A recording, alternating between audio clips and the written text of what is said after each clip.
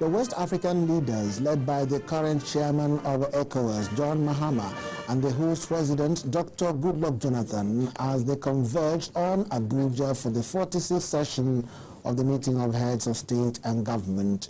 None of the presidents of the countries being ravaged by Ebola is present. But of significance is the presence of the interim president of Burkina Faso, who will lead the country's effort to return to democratic rule. All the speakers touched on the ravaging effects of Ebola and terrorism, with President Jonathan calling for more donations.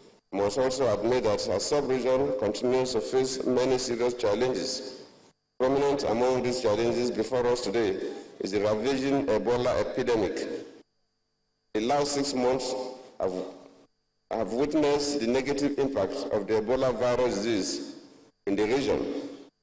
Since its outbreak in March this year, the disease has resulted in over 7,000 deaths, apart from negatively impacting our economies.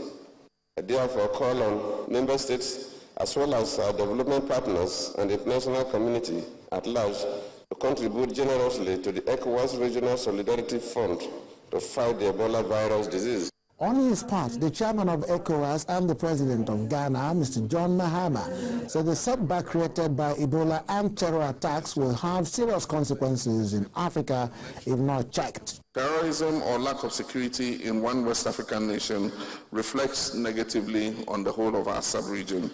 So we must work together harder and with smart strategies to keep West Africa safe, secure, and attractive for investments for the overall good of our people. Goodwill messages came from the United Nations Secretary General Ban Ki-moon, represented by Mohammed Ibn Chambers. The 46th summit, which is the last before the 40th anniversary of ECOWAS, was used to launch the Common External Tariff (CET) for the region, and copies distributed to the heads of government.